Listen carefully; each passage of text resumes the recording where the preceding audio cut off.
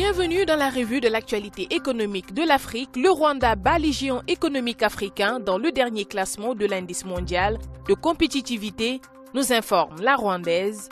Le site explique à sa une comment le petit pays doté d'un tissu économique maigre a surpassé les économies africaines bien établies comme le Nigeria et l'Afrique du Sud, en se classant au 58e rang mondial avec un score de 4,35.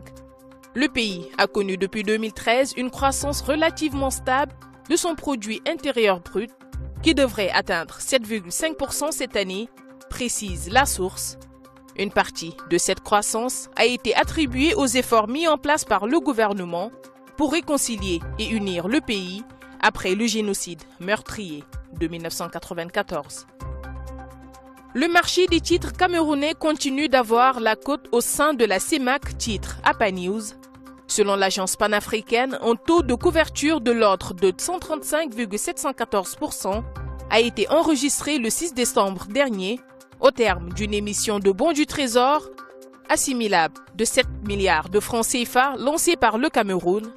Un appel qui a reçu des soumissions de l'ordre de 9,5 milliards de francs CFA pour un taux d'intérêt pondéré de 3,6% et 5 spécialistes en valeur du Trésor seulement ont participé à l'opération.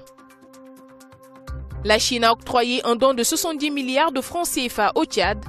Aluida Info parle d'accords de coopération économique et technique signés à Pékin à l'issue de la deuxième commission mixte Tchad-Chine. Ce fonds est octroyé au Tchad sous forme de dons.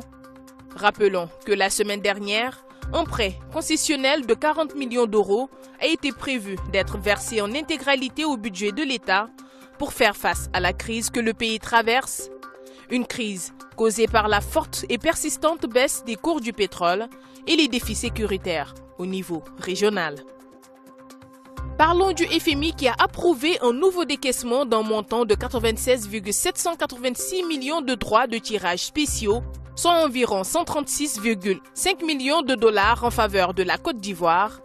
Information relayée par l'agence Ecofin. Le journal économique rapporte que cette décision de l'institution financière intervient à l'issue des deuxièmes revues du programme de la Côte d'Ivoire, appuyé par la facilité élargie de crédit et de mécanismes élargis de crédit, ce qui porte le total des montants décaissés dans le cadre de ces deux accords à 263,258 millions de droits de tirage spéciaux, soit environ 371,3 millions de dollars. Nous terminons par Financial Afrique. Le journal parle de la Guinée où la Banque africaine de développement a injecté 100 millions de dollars au profit de la voie ferrée et du port de Bokeh dans le nord-ouest du pays.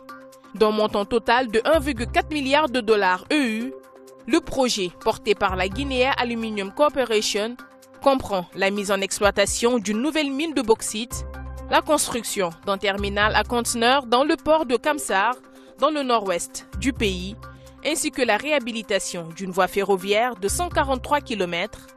La réalisation de toutes ces infrastructures, prévues pour être achevées en 2020, devrait porter la capacité de production annuelle de la mine à 12 millions de tonnes de bauxite, exclusivement destinées à l'exportation.